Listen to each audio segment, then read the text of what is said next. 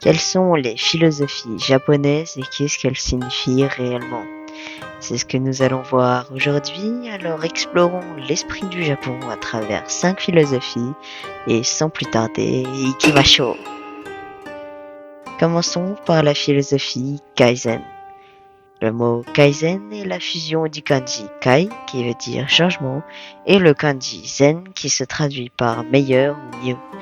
Elle est apparue dans les entreprises comme Toyota, et c'est cette envie de devenir un peu meilleur chaque jour.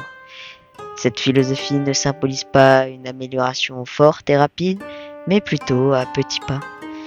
Les racines du Kaizen sont la régularité, la stabilité, mais aussi la modestie. Au Japon, Kaizen flotte toujours dans l'air, dans les entreprises par exemple, où les employés proposent des idées pour la rendre meilleure. Kaizen est donc comme une douce vague qui nous transporte vers le meilleur de nous-mêmes.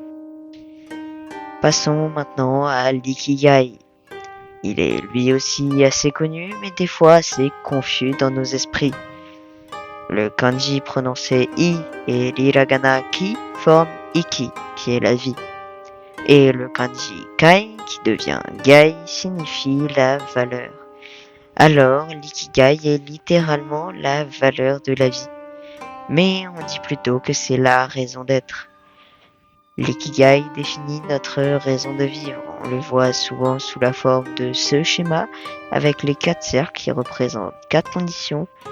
Quelque chose où l'on est doué, que l'on aime, qui est bénéfique aux autres et qui nous rémunère. Tout cela forme l'ikigai. Mais cette représentation est une création occidentale. Elle ne vient pas du Japon.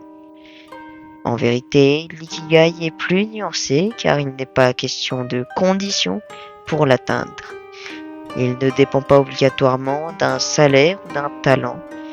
Cela peut être une action, un mode de vie ou des personnes qui, comme le dit un article du gouvernement japonais, apportent valeur et joie à la vie. Par exemple, certains Japonais trouvent leur ikigai dans des loisirs tels que la pêche ou des actions bénévoles comme aider sa famille ou des personnes âgées. L'ikigai, c'est le soleil de notre vie, c'est lui qui nous réveille le matin, qui nous rend heureux et qui nous guide. Nous arrivons maintenant au wabi-sabi, un style qui est devenu populaire mais dont vous ne connaissez peut-être pas le réel sens. Il se forme du kanji wabi, qui normalement exprime la solitude, l'isolement, et sabi, qui veut également dire solitude ou calme. Mais dans le contexte, il désigne la beauté de l'imperfection, la simplicité et l'usure du temps. Parce que oui, c'est ça qui caractérise la véritable beauté. C'est vrai, c'est parce qu'il est éphémère qu'on va apprécier un doux paysage d'automne.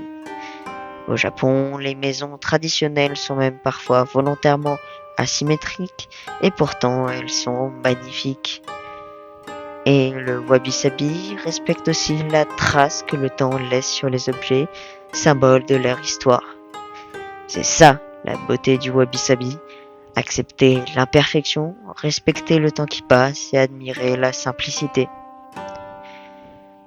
Nous allons maintenant voir la philosophie kintsugi, formée du kanji kin, signifiant or, et de tsugi, qui signifie jointure.